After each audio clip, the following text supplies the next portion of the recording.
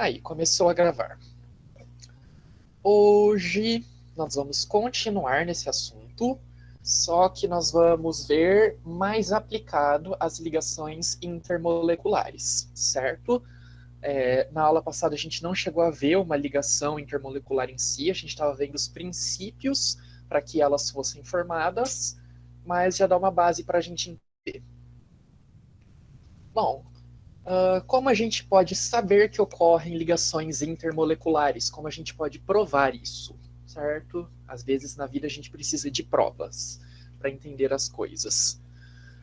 Bom, nós sabemos que as moléculas podem interagir porque concordam comigo que uma molécula de água é extremamente pequena, impossível da gente ver a olho nu.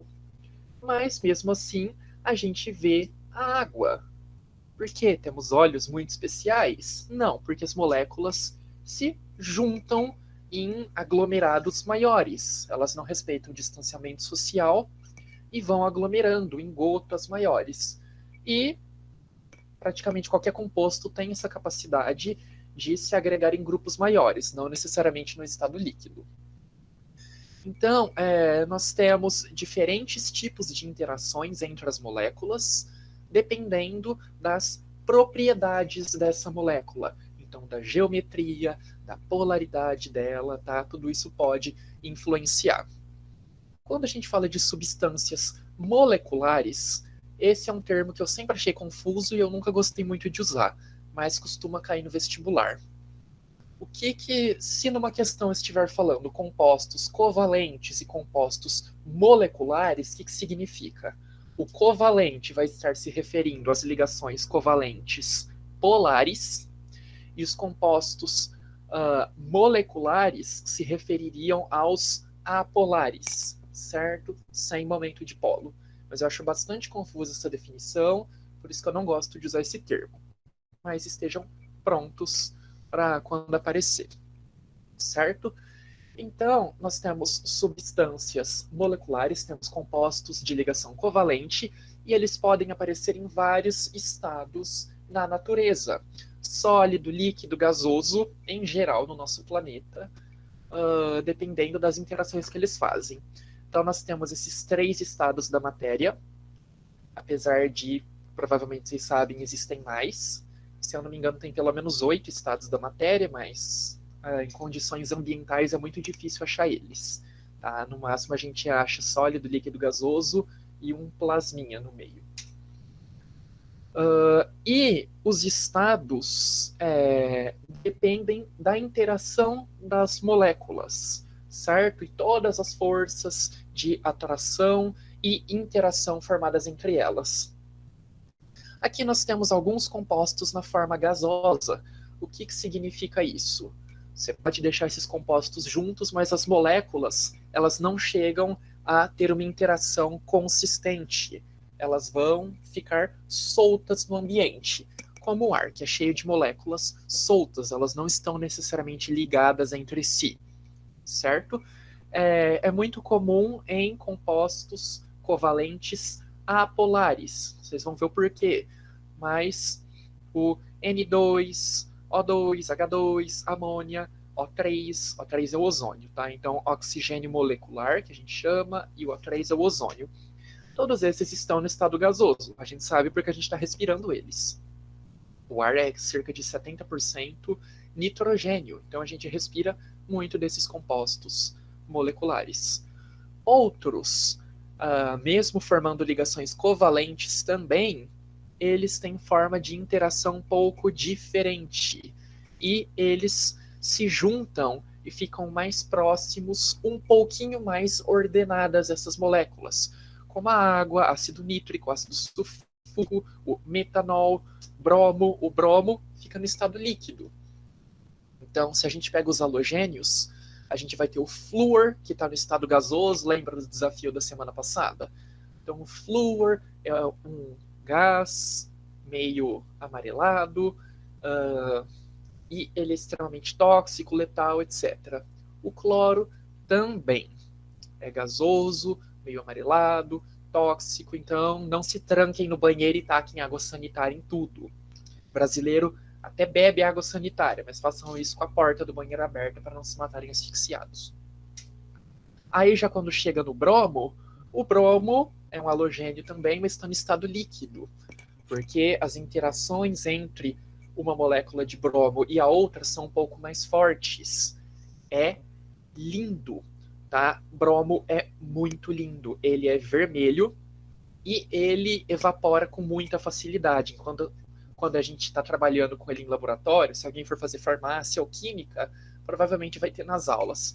Você abre o frasco que tem bromo e começa a sair uma fumacinha vermelha que parece uma naja serpentiano, tá? Super legal. Aí você respira e morre. Depois temos o iodo, que também é um halogênio, mas já está na forma sólida. É roxo, também super bonito e é fácil de sublimar. Então, me dá a maior alergia quando eu vou limpar a casa e eu taco muita água sanitária. O negócio quase me mata. Então, dependendo da forma e força de interação das moléculas, elas podem interagir mais ou menos. E quando elas interagem, pode ser de uma forma mais ou menos organizada ou de uma forma bastante organizada, que seria no caso do sólido.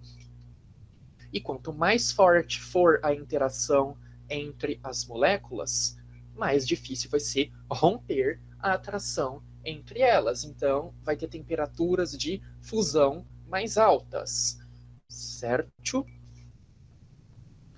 Um dos tipos de ligação, não sei porque eu falei pausadamente, é o dipolo permanente ou interação dipolo-dipolo. Ambas significam a mesma coisa. Então, essa aula, o ruim é que tem muitos termos. Tá? Cada cientista usa um termo e aí no vestibular caem todos, porque eles acham que mente de vestibulando foi feita para gravar tudo. Então, dipolo permanente e dipolo-dipolo significam a mesma coisa. É um tipo de interação que ocorre quando as moléculas são polares. Então, se nós temos duas moléculas covalentes polares, lembra que cria um polo negativo e um polo positivo, ou seja, uma região rica em elétrons, que está aqui representado de vermelho e seria negativa, e na outra extremidade, uma região pobre em elétrons, uma região positiva, que aqui está representado por mais azulado. O que acontece quando cria esses polos? Os opostos se atraem. E aí a parte rica em elétrons de uma molécula vai interagir com a parte pobre de elétrons da outra. Ou seja, o polo negativo de uma região vai interagir com o polo positivo de outra. Não é como a gente, porque eu não quero nem saber de você perto, tá? Quero nenhum tipo de interação, todo mundo em estado gasoso, um bem longe do outro. Não quero ser contaminado pelo seu veneno, não. E aí, essas moléculas vizinhas, elas vão se atrair uma para a outra. Como uma tem uma região positiva e a outra tem uma região negativa, a força de atração é consideravelmente forte, tá? Então, lembra que a gente estava vendo as moléculas tipo o HCl? Então, o ácido clorídrico era uma molécula covalente polar, com uma diferença de eletronegatividade relativamente significativa. Tá? O cloro ele é bem mais eletronegativo, se vocês lembrarem da nossa musiquinha. Então, tem o FON, cloro, bromo, uísque, pH. Então, do cloro até o H, tem vários elementos no meio. Dessa forma, como o cloro é mais eletronegativo, ele atrai mais a nuvem eletrônica, ele atrai mais aqueles elétrons que estão no hidrogênio, ou elétron, no caso. E aí fica uma ligação polarizada, e é assim que as moléculas interagem, tá? Então, tá vendo, ó, essas barrinhas representando a interação de uma parte positiva com uma negativa, e assim em diante. E várias moléculas interagem entre si o tempo todo. Essas ligações são formadas e desformadas. Temos um outro tipo de ligação dipolo-dipolo, só que essa é um pouquinho diferente. Ela é chamada interações íon dipolo. Qual é a grande diferença? A interação dipolo-dipolo é feita entre moléculas covalentes polares. Então, a molécula em si não tem carga, a molécula é neutra. Gera cargas parciais nas extremidades, mas se a gente considerar a molécula como um todo, não tem nada positivo ou negativo. No caso das íon dipolo, aí uma das moléculas tem carga e a outra é covalente polar.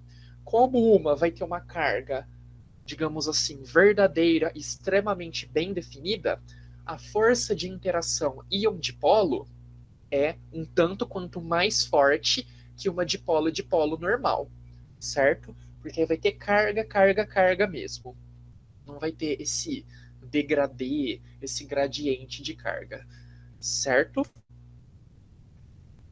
Outro tipo de interação seria o dipolo induzido, ou forças de dispersão de London, ou forças de London. O que elas representam? Representam as interações entre moléculas covalentes apolares. Então, elas não têm um polo bem definido, elas não têm uma carga positiva dominando em um lado e uma negativa na outra extremidade. O que vai acontecer com as moléculas apolares? Em geral, a distribuição de elétrons é meio que homogênea, tá? Tá sendo bem distribuído no caminho inteiro. O que pode acontecer em algum momento? Ter um acúmulo de elétrons de um lado ou um acúmulo do outro momentaneamente, certo? Então é uma coisa que acontece por frações de segundo. Por algum motivo dá um desbalanço e os elétrons vão mais para um lado ou para o outro. E aí o que acontece? Quando você faz isso, você cria um dipolo que foi induzido nessa molécula. Ele é um dipolo momentâneo. E aí a molécula vai ficar por uma pequena fração de tempo com uma região positiva e outra região negativa, certo? E aí permite a interação entre duas moléculas vizinhas, porque uma molécula apolar vai ter esses polos artificiais por algum momento, tá? E aí ela vai induzir a criação de polo na vizinha. Então, as cargas estão igualmente distribuídas, tá? Vamos pensar assim. Na fase inicial estão igualmente distribuídas. Essa molécula aqui, por algum motivo, os elétrons acabam se concentrando mais de um lado do que do outro. Então, cria uma região negativa aqui. O que essa região negativa vai fazer com a molécula vizinha? Vai espantar os elétrons, tá? Vai repelir os elétrons. Então, os elétrons dessa molécula aqui vão viajar mais para a extremidade direita e vai criar um polo negativo e positivo nessa molécula vizinha que é apolar, certo? Tudo tranquilo por enquanto? Estão vivos? Nicole não picou ninguém por enquanto? Certo? E como esse dipolo ele não está lá constantemente, tá? Não está um átomo constantemente negativado e outro constantemente positivo, por estar alternando o tempo todo, tá? Então, uma hora está positivo de um lado, de repente muda a distribuição de elétrons, inverte a polaridade e vai invertendo de todas as moléculas vizinhas. O que isso acontece? Gera interações bem fracas. E aí, se são interações fracas, é facinho de essas moléculas estarem na forma gasosa ou passarem da forma líquida para gasosa, ou dificilmente eles vão estar na forma sólida, por exemplo. O iodo é um exemplo de que faz dipolo induzido, mas ele consegue ficar na forma sólida. Mas geralmente é muito difícil, tá? Só para vocês terem noção de como é que essas interações são fracas, o ponto de ebulição do oxigênio é 183 graus negativos, tá? Precisa de estar muito, muito, muito gelado para o oxigênio ficar líquido. Geralmente isso só acontece em laboratório, etc. e tal, para colocar naqueles pressurizadores, etc. E essa propriedade, ela não depende apenas da polaridade, tá? Não é só porque a molécula não é polar que faz esse tipo de ligação. Depende também do tamanho da molécula, da forma da molécula, etc. E aqui tem uma explicação mais bonitinha do que eu falei. Então, quando a distribuição fica heterogênea, fica diferente, causa uma deformação e a molécula cria dipolos momentâneos. Só que mesmo ela criando dipolos momentâneos, a molécula em si continua neutra, ela continua sem carga, assim como na dipolo permanente. Então, a dipolo permanente é feita de molécula covalente polar. Se ela é polar, é permanente as cargas. Uma região está permanentemente positiva e a outra negativa. Aqui é induzido, então vai ter a criação momentânea de uma região positiva e outra negativa, mas tudo pode se inverter. Esse é o exemplo de uma molécula de oxigênio. Então nós temos o oxigênio em um momento com a nuvem extremamente idêntica. Se vocês olharem na molécula vizinha, o que acontece? Aqui está com um pouco mais de carga negativa e aqui um pouco mais de carga positiva. Deu uma desequilibrada nessa distribuição. E o que permite? Que interaja com uma molécula de hidrogênio vizinha, provavelmente com os pares de elétrons livres, que teriam uma carga negativa mais concentrada, seria a região mais negativa da molécula. Então é assim que são formados. Cria uma região positiva e uma região negativa, e elas vão interagindo com os opostos. Se uma inverte, todas invertem também, simultaneamente. Aqui nós temos um vídeo do átomo de neônio, que é um gás nobre. Ele tem 10 elétrons. E aqui vocês estão vendo que está distribuído de uma forma diferente. Está 7 para um lado e 3 para o outro em um momento. Por ter 7 do lado direito, ele fica com uma carga negativa nessa região. E aí ele induz a criação de um dipolo positivo na molécula vizinha. Mas se essa distribuição de carga inverte, muda tudo, muda a forma dele de interação. É só uma forma visual de ver tudo aquilo que eu acabei de explicar. Quais são os fatores que interferem na força de ligação do dipolo induzido, ou na força de London? O tamanho e massa da molécula interfere bastante, tá? Quanto maior for essa molécula, geralmente mais linear ou mais plana, mais intensas as forças de atração. Por quê?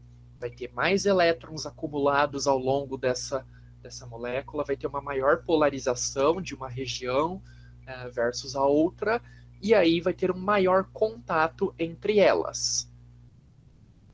Se vocês olharem aqui o etano, que seria C2H6, tem 2 carbonos e 6 hidrogênios.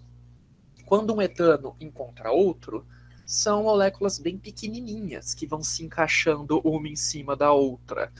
Tipo aqueles legos de bloco que só encaixa 2 furos.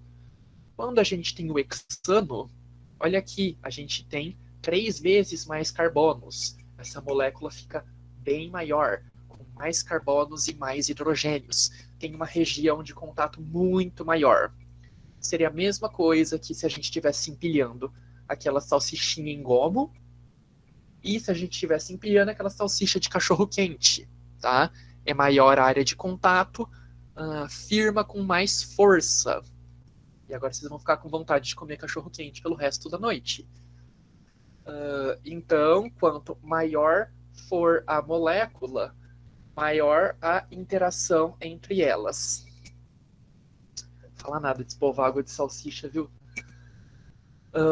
E olha o tanto. Ué, pode ser salsicha vegana também. Vai bem. Vai. Bem-vindo ao mundo, tem tudo vegano agora. Vamos ver o caso do etano. Por ter só essa superfície de contato bem pequena, o que acontece? Em 88 graus negativo, ele já virou gás. E o hexano, como tem uma superfície bem maior, já chega em 70 graus Celsius, 70 graus positivo para virar gás. Então tem uma diferença de quase 100 graus por mudar 4 carbonos. Não, gente, pode ser salsicha vegana. Fiquei sabendo que o Homem-Aranha lá, eu esqueci o nome. O primeiro Homem-Aranha, ele é vegano. E aí tem uma cena que ele tem que comer salsicha de cachorro-quente lá, tá comendo cachorro-quente na cidade. Aí fizeram salsicha vegana. Então, vou ter que usar outro exemplo. Agora, então vocês venham aqui com um novo exemplo. Faz 2 anos que eu uso o exemplo da salsicha e sempre deu certo. Agora vocês estão criando problema na minha vida.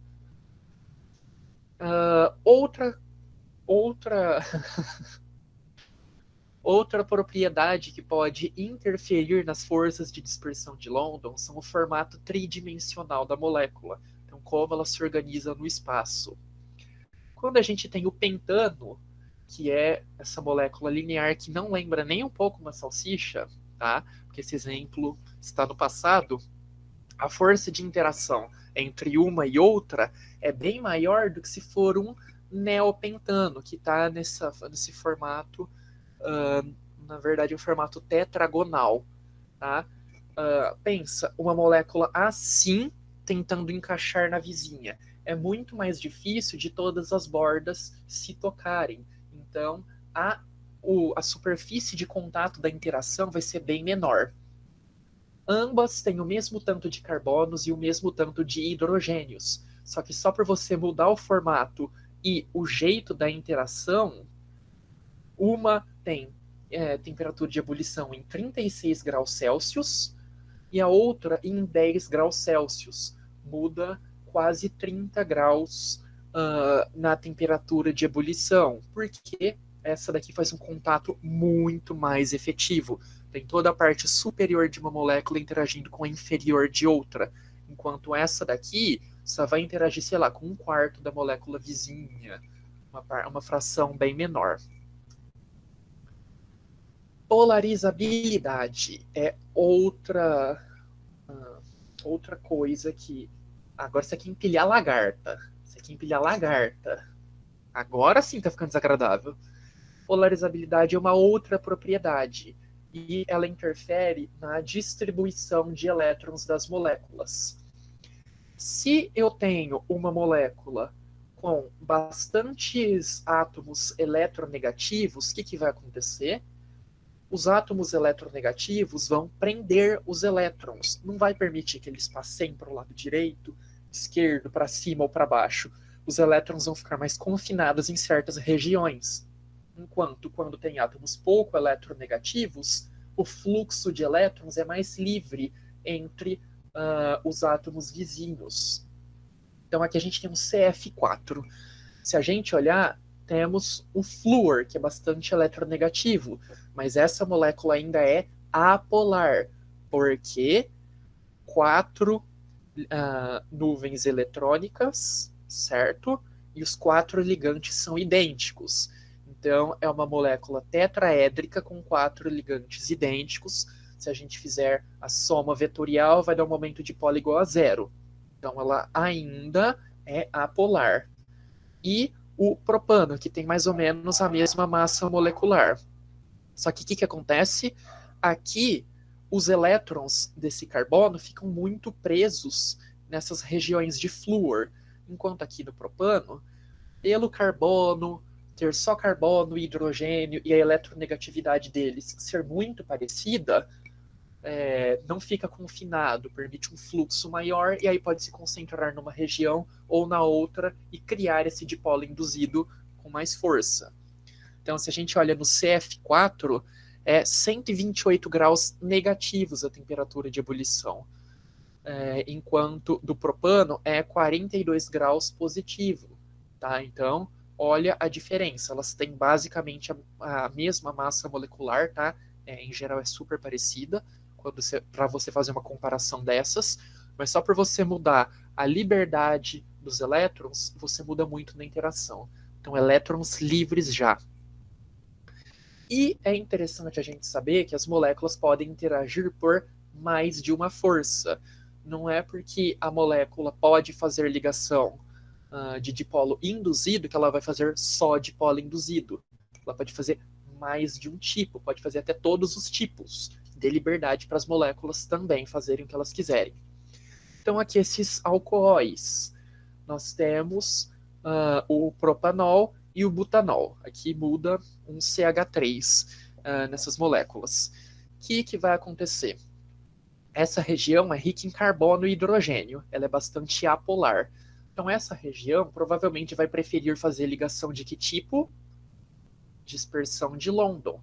Enquanto essa região, que tem um oxigênio, é bem mais polar, um átomo super eletronegativo, pode fazer ligação de polo ou até forças de interação de hidrogênio, então ligações de hidrogênio. Esse exemplo é para mostrar que é só da diferença de tamanho também. Então nós temos essa lagarta menor e uma lagarta maior. Quando você empilha elas, a força de quando ela é maior e mais linear é mais intensa. E isso dá o quê? Quase uns 30 graus de temperatura de ebulição a mais. Então, para vocês verem a força que faria você aumentar um carbono só. Gente, se vocês pararem para pensar, é um carbono e 3 hidrogênios que eu estou acrescentando nessa molécula. É muita coisa aumentar 30 graus da temperatura de ebulição por aumentar só esse tiquiquinho dela. Né? Para evitar o aquecimento global, a Nicole prometeu que vai ficar 3 minutos sem respirar, para diminuir a emissão de gás carbônico. É muita coisa. Um carbono pode fazer uma diferença enorme em uma molécula. Então, o que uma professora minha da farmácia sempre falou, nunca subestime um carbono. Ele pode impactar demais numa molécula. Até mesmo em medicamentos, na interação, etc. É absurdo da gente pensar. Ligações de hidrogênio. São super famosas, vocês vão ouvir falar muito delas durante a vida. Tem gente que chama de ponte de hidrogênio, mas esse termo não é completamente correto, tá? Dá para entender o que está querendo dizer. Eu mesmo falo errado muitas vezes, mas o termo mais adequado é ligação de hidrogênio. É um tipo especial de ligação de dipolo permanente. Então, lembra, ó, temos o dipolo permanente aqui. Nós vimos que a gente já tinha um tipo especial de interação, que era o íon dipolo. Agora nós vamos ver outro tipo de dipolo permanente especial. Essa, então, tem a mesma natureza eletrostática, que significa interação pela diferença de cargas, carga negativa e carga positiva. Mas ela acontece em casos especiais só quando um átomo tem FON e hidrogênio. Uma molécula tem FON e hidrogênio e a vizinha também.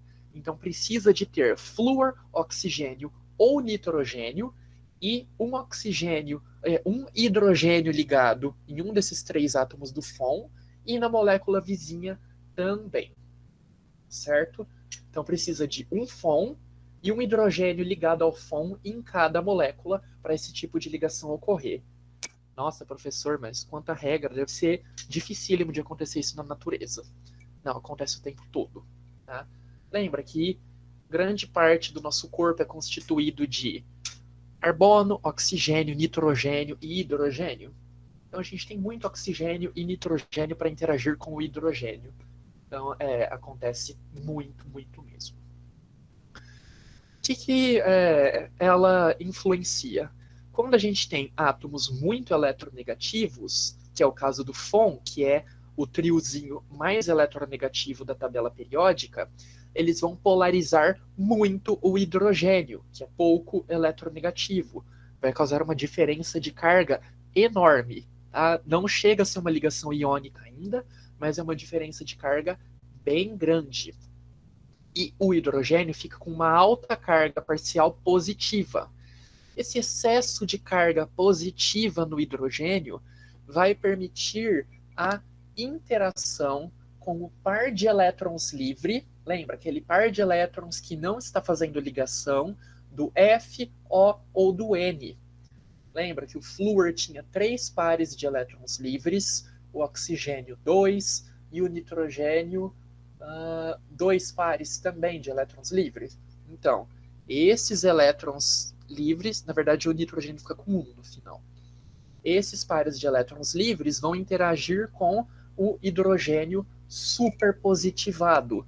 E aí você cria essa ligação especial que é super forte. É a forma de interação entre duas moléculas mais forte de todas. E elas podem ocorrer entre moléculas da mesma substância. Então, aqui nesse caso, temos o ácido fluorídrico, HF. A gente tem tudo que precisa, né? Tem um membro do FON e tem um H. Então, esse hidrogênio aqui, desse ácido central, está bastante polarizado. O que acontece? Vai poder fazer uma ligação com o flúor, o par de elétrons livres do flúor vizinho. Esse flúor vai poder interagir com esses 2 outros hidrogênios, tá? De uma forma bem forte. A água faz muita ligação de hidrogênio. Tá? É isso que dá várias propriedades bizarras para a água, diferentes do esperado. Então, o hidrogênio é atraído pelos oxigênios vizinhos. Lembra, ele tem 2 pares de elétrons livres, então ele pode interagir com 2 hidrogênios de águas vizinhas, criando ligações bem fortes. A amônia pode interagir com uma amônia vizinha. Lembra, tem 1 par de elétrons livres. E assim por diante. E substâncias diferentes. Então, água e amônia podem interagir. O nitrogênio de uma amônia pode interagir com o hidrogênio da água. O oxigênio da água com o hidrogênio de uma amônia. E assim por diante. Água e acetona também se misturam. Água e etanol. Essa propriedade, essa possibilidade deles criarem ligações de hidrogênio entre compostos diferentes permite que esses compostos sejam miscíveis, eles se misturem. Então, água e álcool podem ser misturados. A gente nem sempre tem o álcool puro, a gente tem o álcool no corotinho também, tem álcool no vinho, e a gente não vê diferença de fase, porque eles estão super bem misturados, já que eles interagem por ligações de hidrogênio. Então, alcoólatras de plantão, água e etanol fazem esse tipo de interação. Olha como que pode estar presente na nossa vida.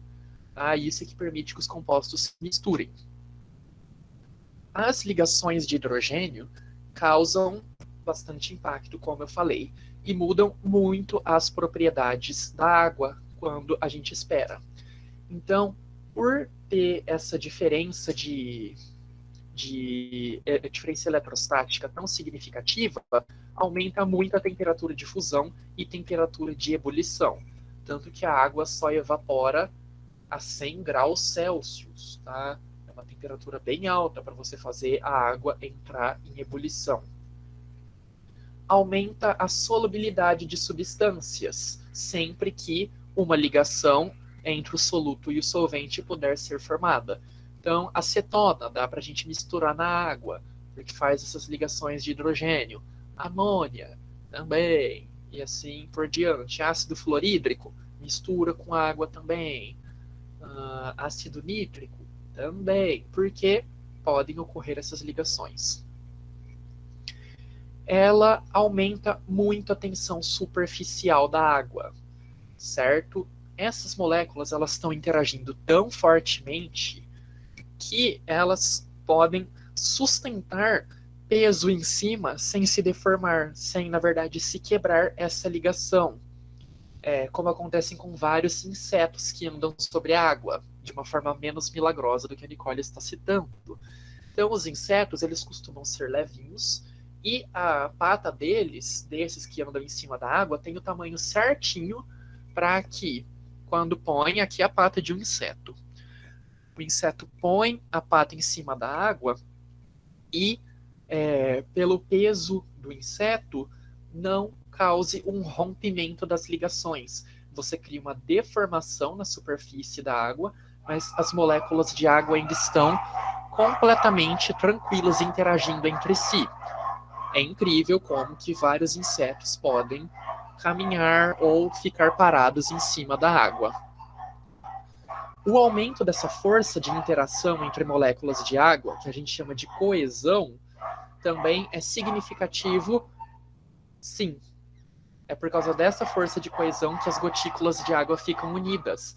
Então, essa força maior permite, por exemplo, que quando a gente borrife água no vidro, ela fique na forma de gotículas, às vezes gotas até grandes, e podem até acumulando em gotas maiores, sem necessariamente quebrar. Ou que você consegue segurar uma gota de água de ponta cabeça, tá? Sem que ela se quebre. E esse exemplo aqui de uma gotícula de água caindo na ponta de uma agulha. Se vocês prestarem atenção nesse GIF, olha o tempo que demora para todas as ligações se romperem. Ela chega até aqui com a gotícula de água ainda inteira, tá? Que ela furou no meio, mas todas as interações foram refeitas na borda, por causa dessa força surpreendente que é tida com a ligação de hidrogênio. Claro que eventualmente elas se separam em gotículas menores, mas é isso que permite esse comportamento na água. Outra coisa diferente da água que causa é a mudança de densidade. Como as moléculas de água interagem dessa forma aqui, elas podem formar formas geométricas características, tipo uns hexaedros. E isso aumenta muito o volume sem impactar tanto na massa. Então, quando a água está no estado líquido, as gotículas, as moléculas de água estão mais próximas do que quando ela está na fase sólida, porque aí ela forma uma ligação muito ordenada.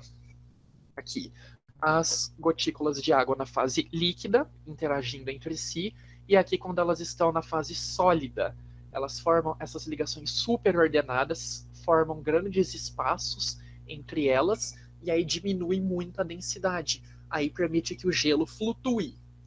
Qualquer outro tipo de material que você pegar na forma líquida e na forma sólida, quando você jogar, por exemplo, um metal sólido no metal líquido, ele vai afundar.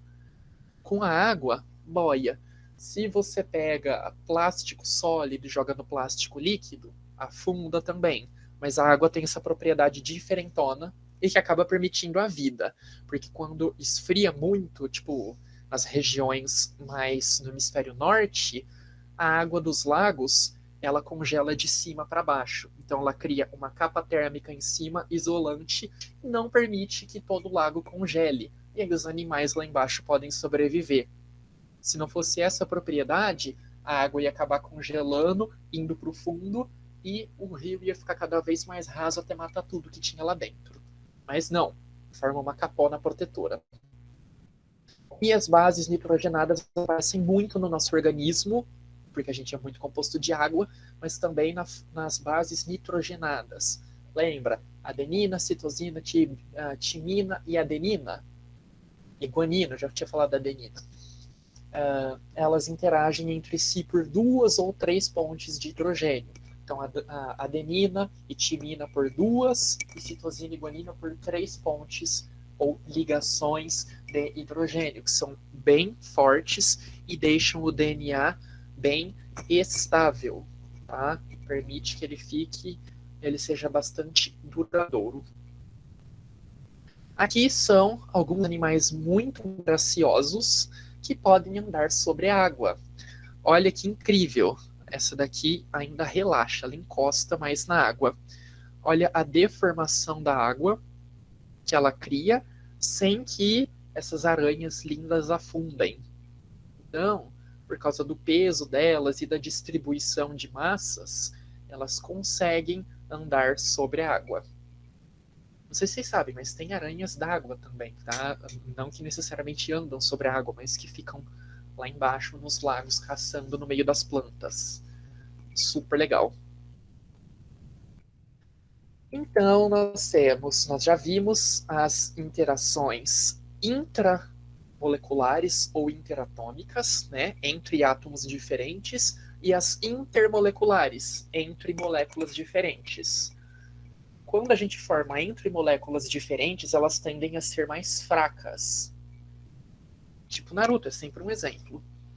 E quando a gente tem ligações entre os átomos, elas tendem a ser mais fortes para não quebrar essas moléculas. Então a ligação mais fraca de todas é o dipolo induzido, porque só tem moléculas apolares. A intermediária seria o dipolo permanente. E o íon dipolo estaria um pouquinho mais forte que essa. E a ligação de hidrogênio é o tipo de interação entre moléculas, o tipo de interação comum, né, que a gente estuda, mais forte, certo? E aí, das entre átomos, nós temos a covalente sendo a mais fraca, a metálica como intermediária e a ligação iônica mais forte. O que isso significa? É muito mais fácil a gente achar compostos de ligação iônica no estado sólido do que compostos covalentes no estado sólido. Tá? Então, sal a gente sempre encontra no estado sólido. Vocês já ouviram falar de gás de cloreto de sódio? Porque a interação é muito forte, tá? É muito forte, é difícil de se desfazer e a forma de interação é baseada em cargas. Então, forças de London são as mais fraquinhas, dipolo, intermediário, e ligação de hidrogênio, ninguém mexe com ele. Outro caso de um animal fantástico, um animal que eu amo e admiro muito, de verdade. Eu realmente gosto. As lagartixas. Minha mãe tá gritando aqui porque ela não gosta de lagartixa. Lagartixa é um bicho super legal. Não faz nada de mal para ninguém e ainda come todos os insetos da casa. Come as aranhas que andam em cima da água, por exemplo. Como que um bichinho tão grande consegue andar nas paredes? Ela não chega a ser pesadinha? Ela anda porque ela faz ligações do tipo dipolo induzido. Mas, professor, você não acabou de falar que a ligação de dipolo induzido é super fraca? Como que faz uma lagartixa gordinha andar na parede? O que acontece nesse caso? Essa é uma foto microscópica de uma pata de lagartixa. Aqui são os dedinhos dela. Tá vendo que elas têm tipo digitais e nessas digitais tem partezinhas menores, digamos assim, conjuntos de células menores agrupados.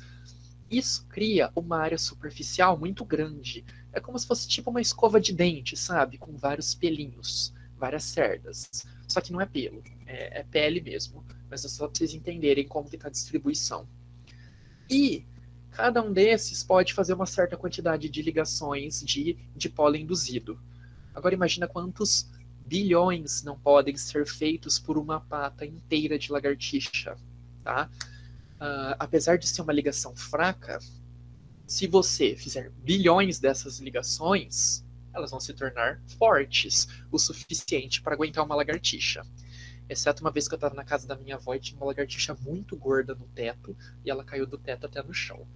Aí a ligação não aguentou. Mas antes ela bateu no cabo do chuveiro, fez muito barulho, eu fiquei até assustado com ela. Então a soma dessas ligações fracas vão fazer uma interação bem forte, forte o suficiente para lagartixinha ficar lá. Vou falar mais esses 3 slides. Quais propriedades que pode dar para substâncias os tipos de ligação? Podem ajudar na solubilidade. Então, para um sólido se solubilizar em um líquido, é preciso que as interações do sólido com sólido sejam quebradas e refeitas com o líquido. Só assim ele vai estar solubilizado. Dessa forma, polar dissolve polar, as ligações e refazer com o líquido, e apolar com apolar.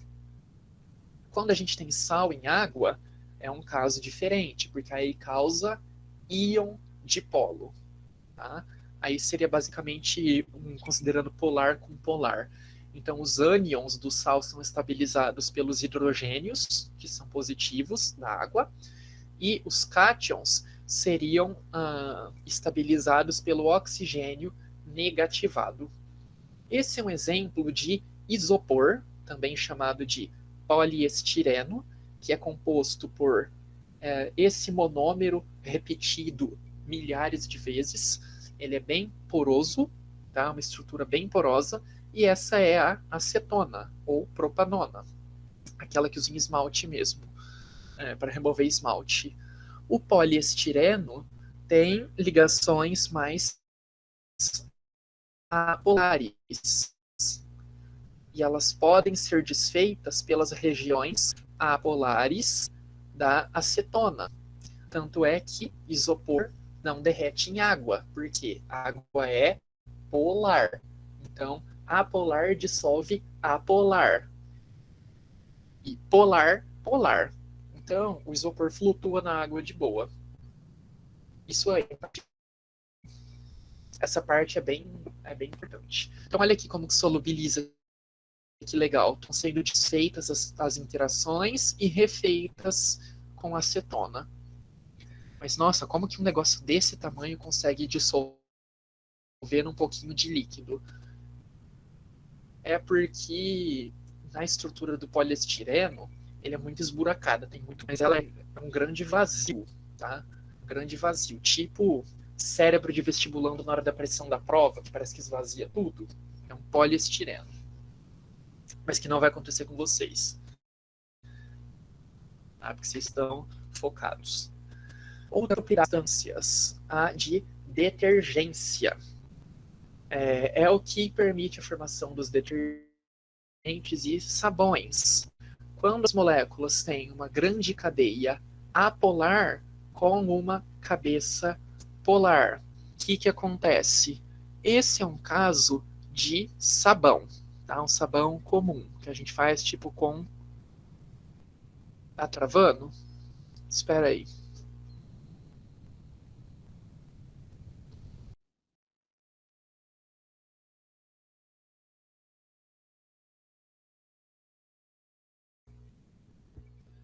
Então, no caso... Voltou?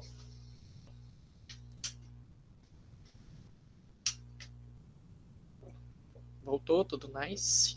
Tá. Essa estrutura de cima é um sabão normal, tipo sabão em barra. O que ele é composto? De uma região bastante apolar e uma cabeça polar, que a gente chama, essa ponta polar. Essa ponta tem ínicas, certo? E toda a região apolar, ela vai fazer ligações do tipo dipolo induzido. O que acontece com o sabão? A região apolar vai interagir com sujeira apolar, vai grudar na sujeira apolar. E essa cabeça íona, ela vai interagir com a água, então ela vai permitir o detergente nada mais seria que um intermediário entre a água e a sujeira, e permite que os dois se misturem para que a sujeira seja lavada.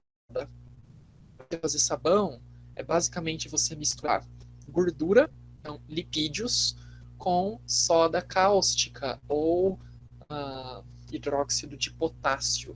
E aí cria essa região polar de glicerídeos, que a gente vai ver de novo no fim do ano. Detergentes são muito parecidos. O que muda a composição dessa cabeça? Que aqui, em geral, são ácidos sulfônicos. Muda a estrutura, mas as propriedades são parecidas, tá vendo? As propriedades são parecidas, então tem uma cabeça polar que se dissocia em íons e permite a interação dessa região com a água, e o resto da molécula interage com as gorduras, com a sujeira, com a poeira. Ok. E nosso último slide, condutibilidade. Então, o que é condutibilidade? É a propriedade de conduzir uma corrente elétrica, ou seja, permite a passagem dos elétrons em fluxo. Quando um material é condutor, ele conduz bem eletricidade, sem resistência. Quando ele é isolante, vai ter uma resistência e a eletricidade não vai passar. Quando a gente traz, lembra que metal conduz elétrons super bem? Então, no estado sólido, pode conduzir elétrons, no estado líquido, também. Quando a substância for iônica, então um composto iônico feito por um metal mais um ametal, no estado sólido ele não conduz. Todos os íons estão presos no cristal, não tem por onde passar eletricidade. No estado líquido, conduz, tá? Chega a conduzir. Por quê? Quando as substâncias iônicas estão dissolvidas em água, por exemplo, vai soltar. Então, o cloreto de sódio vai soltar um sódio positivo e um cloro negativo. Porque essa diferença de íons permite a passagem de cargas. Então, sais em água permitem a condução de corrente elétrica. E compostos covalentes não conduzem eletricidade na fase sólida, líquida, nem dissolvida em água, exceto alguns casos raros e novos compostos que estão sendo feitos em laboratório. Mas, de forma geral, se você tem um composto que não conduz eletricidade em nenhum dos estados, ele provavelmente é covalente. A água é feita de ligação covalente. Então, por que ela conduz eletricidade? Por que ela chega a dar choque nas pessoas? Porque a água que a gente tem contato nunca é água pura. É sempre água com sais no meio. E aí os sais são substâncias iônicas que conduzem eletricidade, causa todo esse efeito de dar choquinho na gente no banho.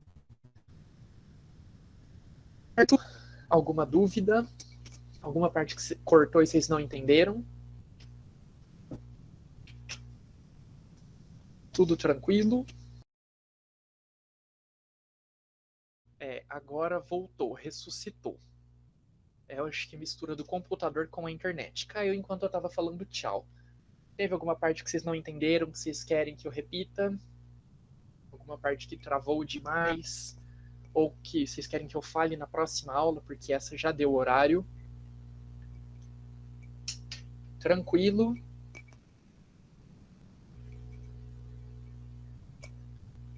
Sim, provavelmente é por isso que tem muito raio que cai no mar, por causa do excesso de sal que tem lá. Então, essa diferença de potencial, essa diferença de carga, cria uma possibilidade. Semana que vem, eu acho que eu vou dar aula para vocês no horário anterior, tá? O que vocês preferem? Que eu dê uma aula só? Que eu dê a primeira aula de exercício e a segunda no meu horário de aula normal, conteúdo? Ou uma aula dupla, conteúdo na primeira e na segunda? Aí fica por vocês. Primeiras, dá uma aula adiantado só de conteúdo, dar uma aula antes só de uma de conteúdo e uma de exercício. Ok, eu acho que é a melhor opção também. Então, semana que vem a gente faz alguns exercícios e depois a gente tem uma aula. Eu acho bom um pouquinho de exercício feito em aula para vocês fixarem melhor o conteúdo. Tá? Então, não é semana que vem mesmo. A gente faz os exercícios já durante a primeira aula, então faz 50 minutos de exercício e depois em seguida a gente faz mais 50 minutos de conteúdo. Certo? Então é isso. Abraços. Até semana que vem sem travar.